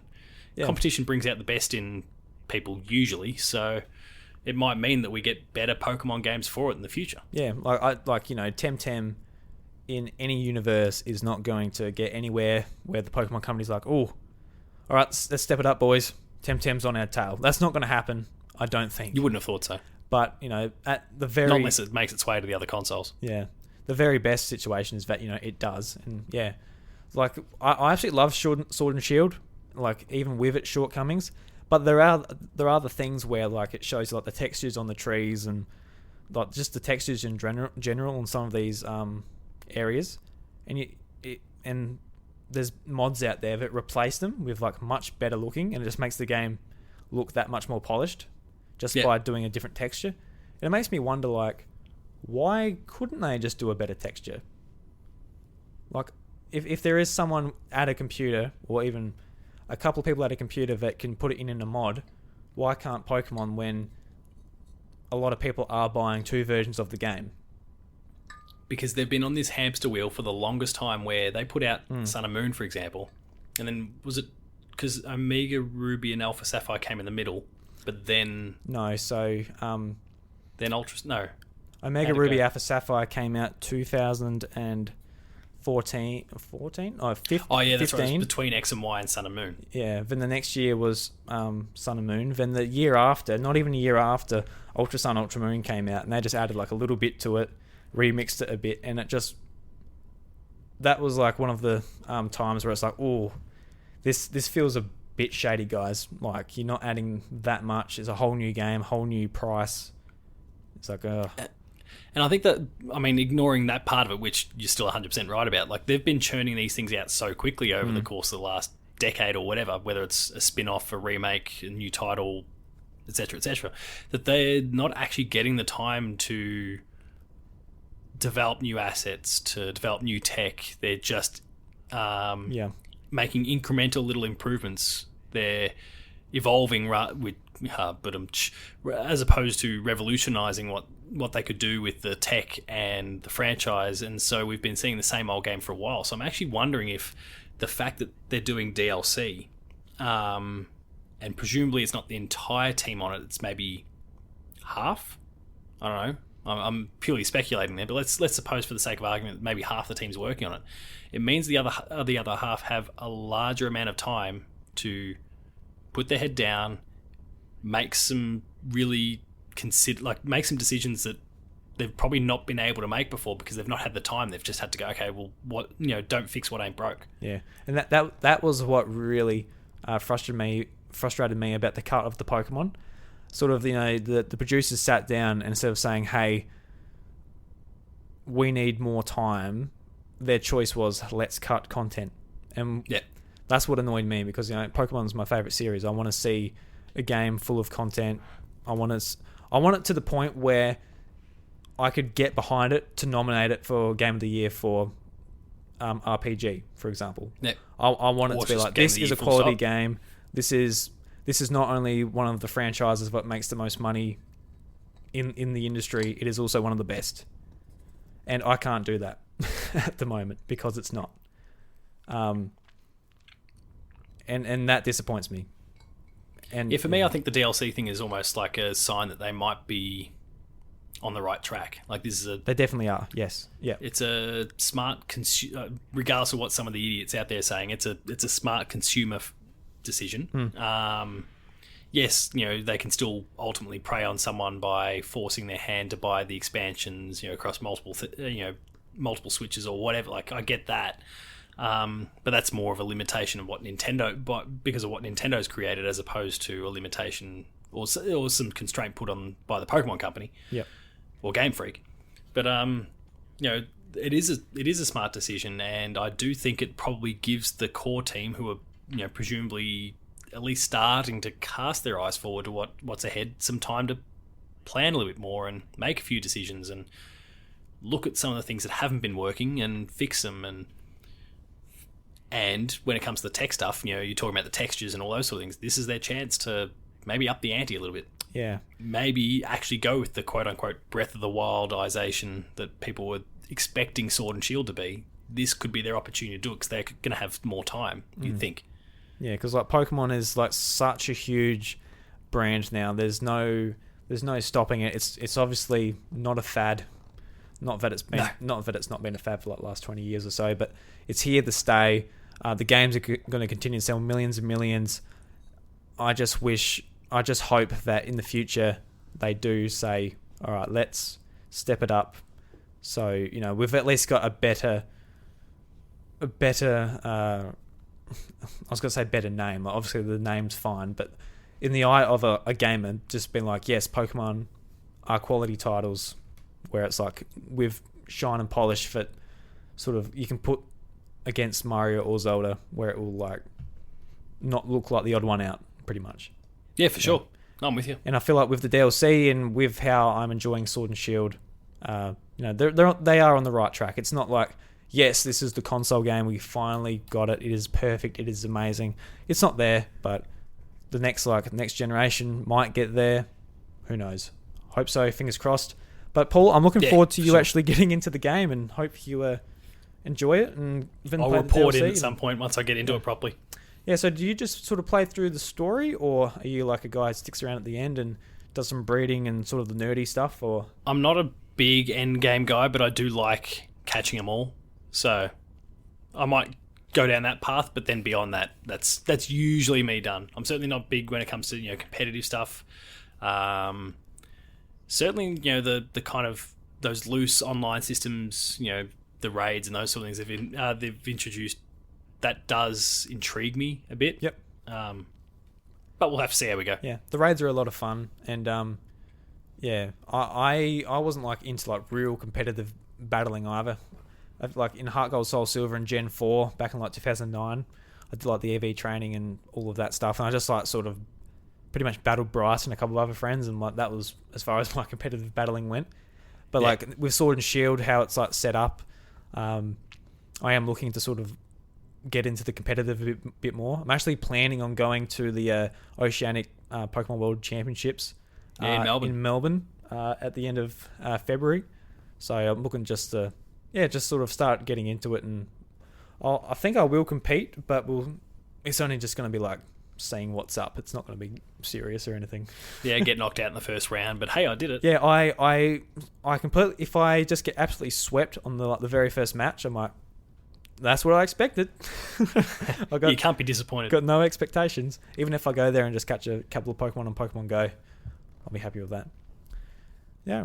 So just to finish up, Paul, I was sort of segueing there, but then you said Pokemon. Oh, Pokemon! We just went right into Pokemon. Oh, sorry, I blew it up for you. No. Well, that's my fault, Paul. But I am happy we did talk about Pokemon. Yeah, about the content you make. So you do. Oh yeah, right. Yeah, I want to talk about sort of like your writing on Player 2. I want to talk about your podcast, Dev Diaries, your interview series, and just all of the stuff you do. Yeah, right. So we'll start with sort of your writing, whether it's been on Player 2 or other outlets. So how did you get into games writing? Because I don't know. I'm actually interested myself. So for the longest time, I always liked doing reviews, and like GameSpot back in the day, that you'd have your user review section. I'd actually just contribute like proper reviews there because I like cool. writing stuff. Yep. I'm not a creative person in that regard, or at least when it comes to creative writing. Mm-hmm. So writing reports about things where I can kind of use evidence or data or whatever. Like I had all those skills from school, but I just needed an outlet to express that, and being able to write about video games, yeah, sounds awesome. So I was doing it there in GameSpot, and then just because maybe I'd be able to strike up conversation with mates, I would then I think maybe one of the first ones I ever did on my Facebook feed was just, it was like Darksiders 2 or something like that. I was like, Darksiders 2 review would be the status, and then the review would be in the comments, and it'd just be like this full on 1,000-word or whatever it is written review of a game that people could just then read if they wanted to. Yeah, all right. But what emerged from that was one of my good mates from back at school who was running a music site, which is now dead, but was really flying along for a long time there. He gave me a tap on the shoulder and said, well, look, we want to expand into entertainment at the moment. We're doing really well with the music thing, but we want to find other outlets to be able to help retain people. They don't come in, find out about the latest gig and check out some photos from that and then piss off and move on. Maybe they can dabble in some TV and games and those sort of things. So he pulled me in for the game stuff. And that was kind of my first opportunity to actually publish something properly on a website, not in a user guide, not my Facebook feed, like something that people could visit, and it's got the by Paul James or whatever on there. That was kind of where the ball got rolling. But eventually that shut down. But I wasn't done with it, and for a good 6 to 8 months, I just kind of so the website was originally called AMH, for Alternative Music Hub. It became there was then the entertainment branch that was added onto that. I pulled the entertainment bit out when it all shut down. He had no problems with me trying to revive that because, hey, it makes us look good, like it still lives on, whatever, go for your life. But it was just myself and like 2 or 3 others working on it. In the end, the load just got far too much for me to be able to handle. And so I was starting to eye off pulling the pin on all that. Not necessarily pull on the pin on the whole writing about games thing completely. Like, I'd need to find somewhere else. And then I noticed that Player 2 was, kind of spruiking their word out there, and we're looking to get a few new people on board. So I literally went through like an application style process. Like I submitted, here's some work that I've done, and blah blah blah blah blah, and got on board with them. And then that's kind of been my platform since, mostly for written. Well, in the first few years, all for written stuff. But then, as you're kind of suggesting with some of the podcasts and stuff, that's where video and podcasts all started to get involved as well. So now I kind of oversee the whole YouTube channel and make sure that there's stuff coming out every day, whether it's stuff that I've done or that others have done. And then the podcasts have really started to kind of ramp up in the last probably 18 months or so. Yeah. So when did you join Player 2? How long have you been there for? This would be, so the site's celebrating its 5th birthday this year. So for me, I'd be probably about 4.5 years. Yep. So you're there pretty middle early of this on. year would be my 5th. Yeah. So you're there pretty early on then. Yeah, more or less from the beginning. Yeah. Close enough to it anyway. Yeah. So I'm basically second or third in charge. So you got Matt Hewson at the top, and then myself and Stephen Del Prado are kind of the two backup editors in the event that Matt is away on holiday or whatever the case is. Then all responsibilities fall to us. Yeah. Yeah, and like you've sort of like you've gone to the video and sort of podcast side of things. Was that with the website sort of like seeing like obviously YouTube and everything's taken off like drastically. over the last few years. Was that sort of is that because like, oh, I want to do that, or is it because, oh, we need to do this to stay relevant for the site? Always kind of stemming from podcasts and those sort of things. So like I used to be, and I think you know this already, but I used to be a big like Podcast Beyond and all those sort of things, like the Greg Miller, Colin Moriarty days of Beyond and several other shows that sort of time. And the fact that they were kind of audio and video meant I thought, oh, hang on, it's pretty easy for me to just get a few of the guys around. We'll just sit on the couch and just throw the camera in front of us. And then for the longest time it was just video only because I didn't know how the whole podcast thing kind of worked. Yeah. But it was basically just a podcast. And I'd throw it up on the YouTube channel. And then when I came across to Player 2, it kind of took a little while to kind of get my feet and get on top of things there and, you know, earn my stripes, I guess. But then I spoke to Matt, look, mate, I was doing all this stuff before I came across. Do you mind if I try and implement something there? Because the YouTube channel wasn't really being used for anything really outside of just posting videos that were sent to us in press releases. Right. So, of course, why would anyone go to the Player 2 YouTube channel to check out the latest trailer for Game X when the publisher themselves probably put it out there, or you've got IGN and GameSpot and those guys? Like, why would you go to some little no-name channel for that? Yeah. So, like, no, we need some original stuff. It doesn't have... I mean, some of the stuff's probably not even all that good, but, like, it's there and there's personalities attached to it and you're not going to find it elsewhere. So... whether that's a Let's Play, which I could never understand people enjoying Let's Plays for the longest time, and to be honest, I still don't really. Like, it's not often, unless it's, you know, some mates that I already have a relationship with. It's not often you'll see me like watching someone stream or watching a Let's Play unless I'm looking for tips on how to get through something because I'm stuck in Game X. Yeah, I definitely used to be that way just with Let's Plays. Let's Plays. I still kind of feel that way, just like, oh yeah, unless it's like really edited and it's like its own thing. But it's been like the last probably even few months on Twitch where I'm like actually really enjoying sitting down watching people on Twitch, whether it's just because like they're good at engaging their community or it's a game I'm like really invested in. It's mainly been Pokemon, because I've just been like really into Pokemon the last few months and been like really enjoying just finding any random streamer who does a good job at sort of engaging with the chat and being interesting. I just like really like watching them. So I'm sort of coming around on it a little bit, because Twitch used to be a place where I didn't used to hang out as much, but now it is becoming like a place where, oh, instead of YouTube, I'm actually going to go to Twitch and just see what's going on, whereas it wasn't before. Yeah. So no, that's fair. Yeah. I mean, like, I've started to dabble in some, you know, in the last couple of years with some of the Let's Play style stuff. We've got our Player 2 plays, which confuses people every now and then. We've got, for some reason, like 150,000 hits on a Player 2 plays dedicated. It's not one I did, but a Player 2 plays dedicated to Forza Horizon 4. And majority of the comments are people saying, "What? This is 2-player." I'm like, no, wait, look at the channel that's putting it up. It's called Player 2, you bellend. Oh, so people are like, anyway. oh yeah, they say it's, oh, I didn't realise this game was 2-player, and they click on it. Yeah, so you get that sort of level of confusion every now and then, which I think is pretty funny. Yeah. But for the most part, like, you get some good engagement. Like, I've started doing a full playthrough series of Resistance, you know, Resistance Fall of Man and all those on the PS3, and a couple of people have popped up going, oh, great, I've been looking for an opportunity to just kind of refresh myself on all this. So you get those small engagements every now and then, which are kind of great. But, I mean, that is more to make, like, for me personally, we've obviously got Matt and a few others that are doing some Let's Plays as well. For me, that's just to kind of fill in some of the gaps along the way. Patched, which was kind of the first podcast or, you know, any video stuff I did for Player 2, that's your traditional conversational style podcast or video. Like I said, just a few mates gathering around. Now we're doing it online remotely like we are now. But for the longest time, it was us just sitting on a couch chatting. Yeah. Which was good to talk about games and also just good to catch up with a few mates. Like, it guaranteed that I'd see a few people every week, because otherwise the rest of the time I'm sitting there playing games or at work. Yeah, I guess that's like a bit of your content where you're like, this is just fun and like relatively easy to set up. Like, you put a camera up and a bit of a microphone or whatever, and like, all right, now we can just have a chat about the games we're playing and the topic we want to talk about, and yeah. But then eventually spinning off that, I formed The Insider, which is just a one-on-one YouTube series where it's just me talking about a topic, whatever that topic is.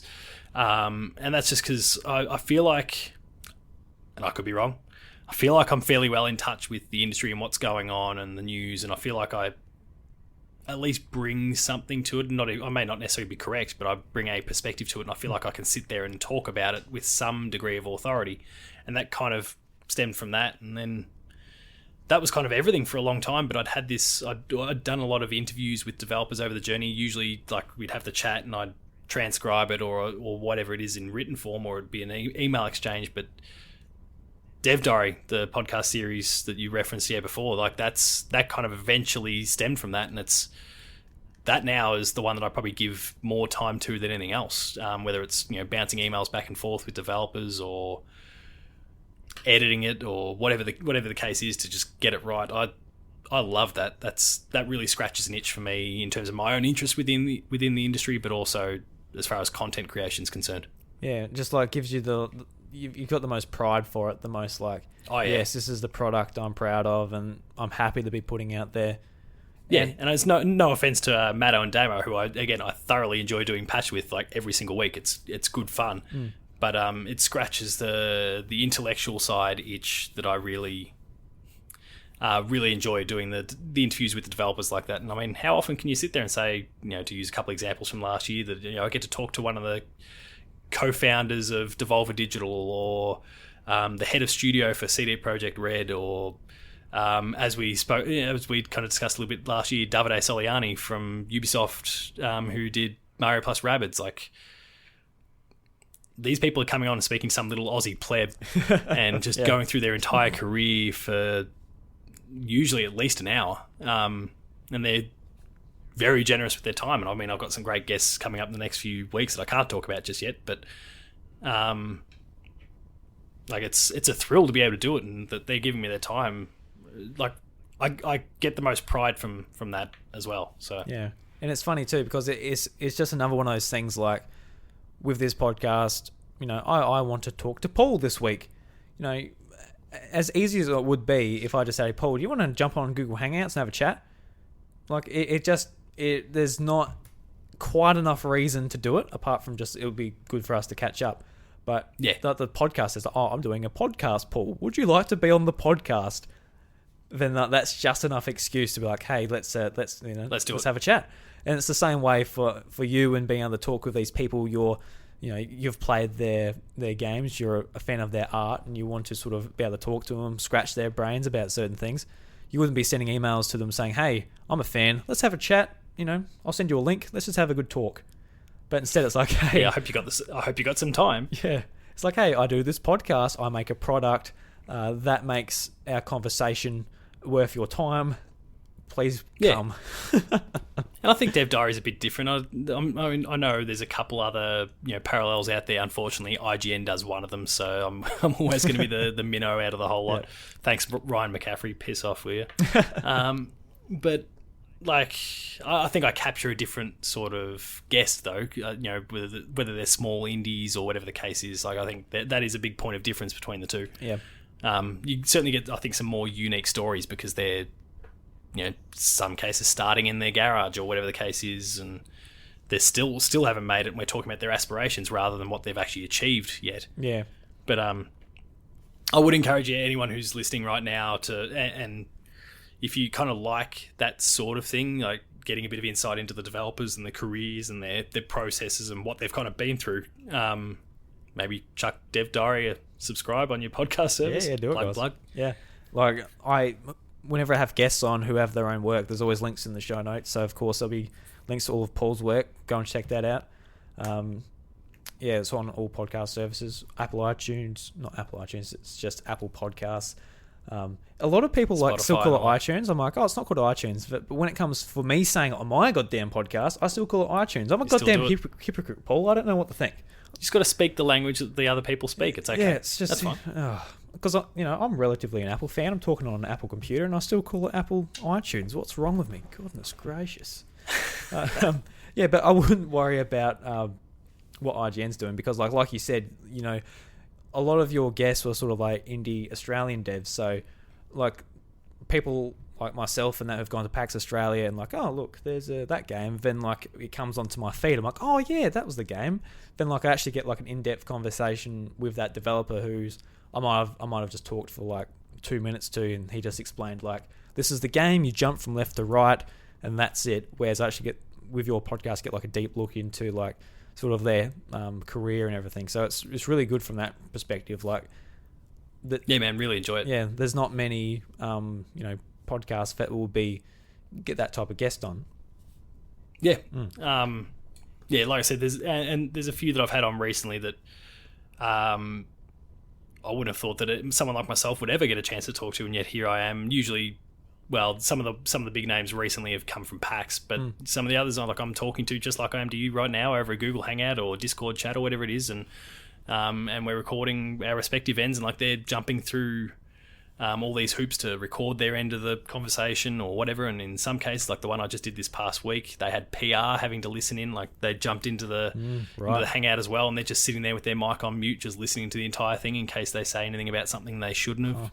Wow, what was that? What was that like? Was that a first experience for that type of thing over the internet? No, because when we had Davide on, PR was there as well. Yeah. As soon as you get the big AAA publishers involved, they're all wanting to listen. Oh god, I wouldn't know what that would be like. That would be weird. Was that weird for you, or you just like whatever? Not really, because I know, like this guest that I had on recently, that will pop up on the podcast probably the next month. But they will have knowledge of the PS5. Gotcha. Some very deep knowledge. They may or may not be a first-party developer. Mm-hmm. They're a first-party developer. So I just know, like, if I go to ask questions about the PS5, they're either going to if that person's not going to shoot it down, PR's going to shoot it down. And so why bother wasting my time? So I could just imagine, like, they're listening in the call. He's like, "Oh yeah, the PS5, it's so good. It's coming out this time. It's got all this, and this," and they like jump in. Nah, you can't say that, Paul. You can't have this. And you're just like, you're there at your microphone saying, "Too bad, boys. I'm recording this. This is going up. This is my scoop. Knowledge. Boom. You wait until I." No. I mean, the thing about that is, like, I've had people say things they shouldn't have.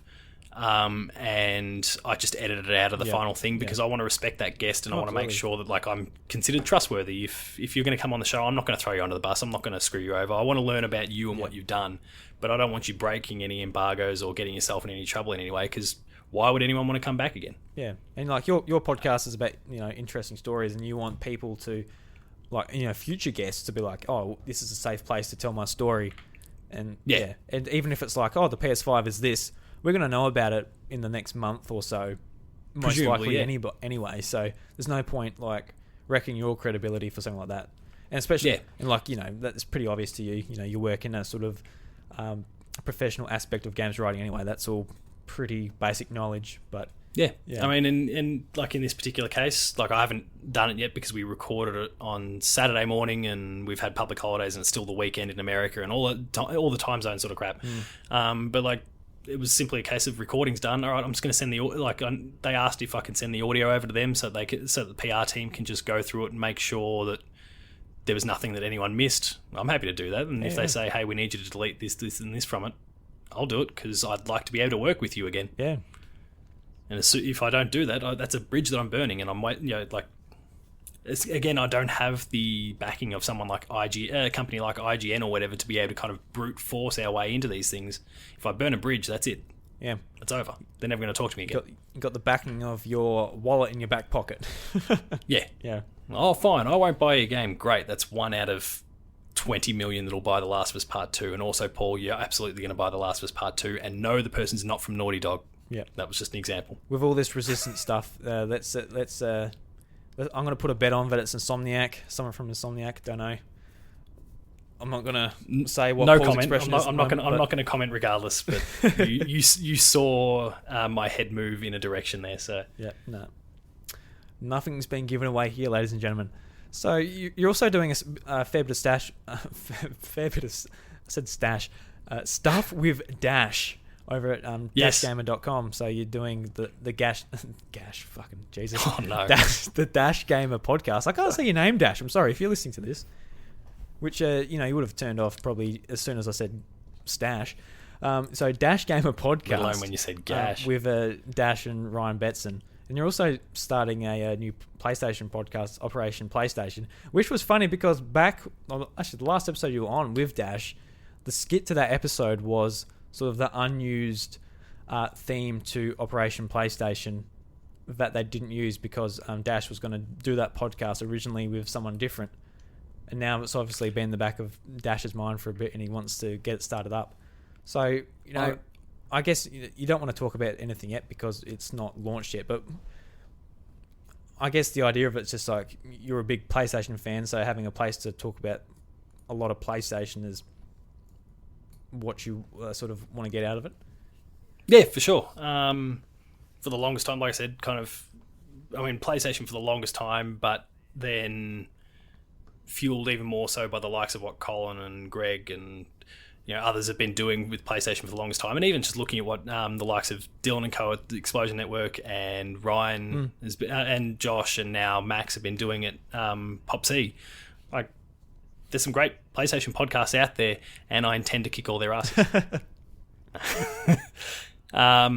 No, I mean, actually, all credit to, because I think it was when I was actually on for the Players episode, and we were kicking around stupid names for different sorted other podcasts for PlayStation and for Xbox and all that sort of things. And Jessie Stevenson kicked into the chat there, and she said Operation PlayStation, and I'm like, oh, hang on, I'm stealing this. That rhymes, yes. That's a beautiful little play on words. And it just kind of stuck and lingered around, and eventually became I'd been pushing for it for the longest time, but it was just a matter of kind of circumstances, kind of lives kind of aligning in such a way, and it has, and we're going to get it going in the next week or so. Yeah, I'm looking forward to listening to it. Like, I want to see what you guys do with it. Is it going to be? Have you got any like ideas to sort of differentiate it from other shows, or have you just you've got you want to go with what? I've got a few ideas that I haven't discussed with Dash yet that I need to. Actually, it's just a matter of shooting him a message, and I haven't done it. Because obviously, and this is not a slight on any of the other shows whatsoever, because at the end of the day, these are still personality driven things, and you either click with the personalities or you don't. Yep. But a lot of the different shows are derivative in some way of what we saw in Podcast Beyond all those years ago, and it's okay for Greg Miller to keep doing that because he birthed it with Podcast Beyond and can do that with PS I Love You and 2.0, and Colin can do what he's doing with Sacred Symbols and whatnot. But from there we see a lot of other PlayStation podcasts that kind of you can see the DNA. And look, I'm sure we'll still have things like talking about the news and what you've been playing, because that's a good starting point for any listener to kind of connect with who the person is and go from there. But I've got a few other ideas, even if they end up just being few minute long segments that just kind of break things up, and things that we don't necessarily see in Beyond and some of the stuff that's come since. Yeah, like I quite like what Dylan does at the Explosion Network, where it's like broken down into like bronze, silver, gold, bronze, silver, gold, trophies. I like how he's scheduled that show since they redone the schedule, I think like about a year ago. So yeah, there's like lots of different ways you can sort of present like a show, even if it's like a PlayStation podcast that's where's there's even a few of them in this community which have popped up. But yeah, I'm listening. Yeah. I'm interested to see what your and Dash's take on it is. Excited to hear it, and it's a good thing that no one's starting another Nintendo podcast in our little community. So it's so I haven't told you. Yeah, that's right. So I don't have the time. Nintendo. I'm already doing too much. That's already a podcast, actually, I think. So can't take that one. All right. The House of Luigi coming right at you. House of Luigi, House of Wario, just off the chain. So have I missed any of your creative endeavours, or have we touched on?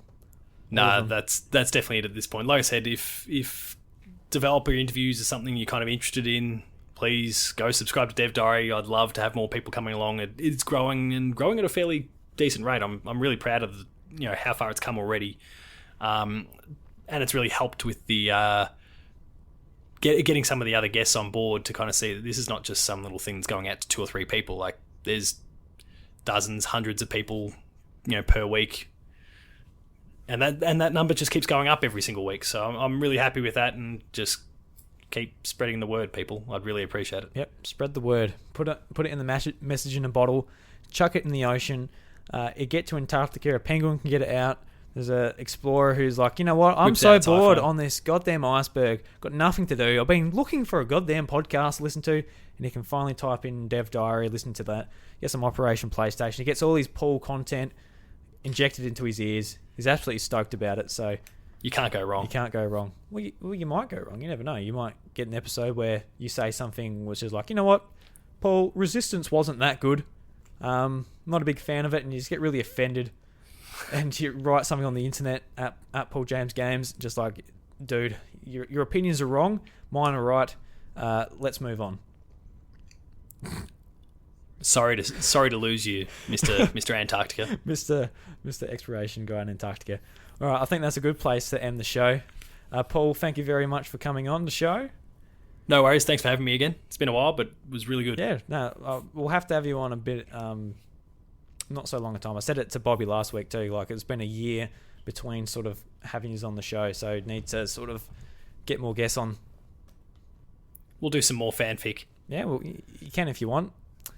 I'll lose my job. Well, we can do a non-crude fanfic. We can just do like, you know, Peach goes for a picnic. There's no fun in that. She has a great time. She goes home. She has a sleep. She wakes up in the morning. She brushes her teeth. Eventually realizes her toothbrush was swapped for a brand new toothbrush. She's like, fantastic. The bristles aren't so hard on my teeth anymore. My gums are in better condition for it. And that's the end of the fanfic. That's all it is. Doesn't have to be crude. I'm bored to tears. Let's do a really proper mundane. one. Let's do a really gross one again. Life of Peach, yeah, need to do a gross one. That's where the funny's at. So everybody, thank you very much for listening to the House of Mario episode 130. If you enjoy the show, consider subscribing on your podcast player of choice, setting the show to auto download so you never miss an episode. Leave a review on iTunes, and somebody actually left a really nice review on iTunes for us, and I was really happy with that. It actually made my day the other day.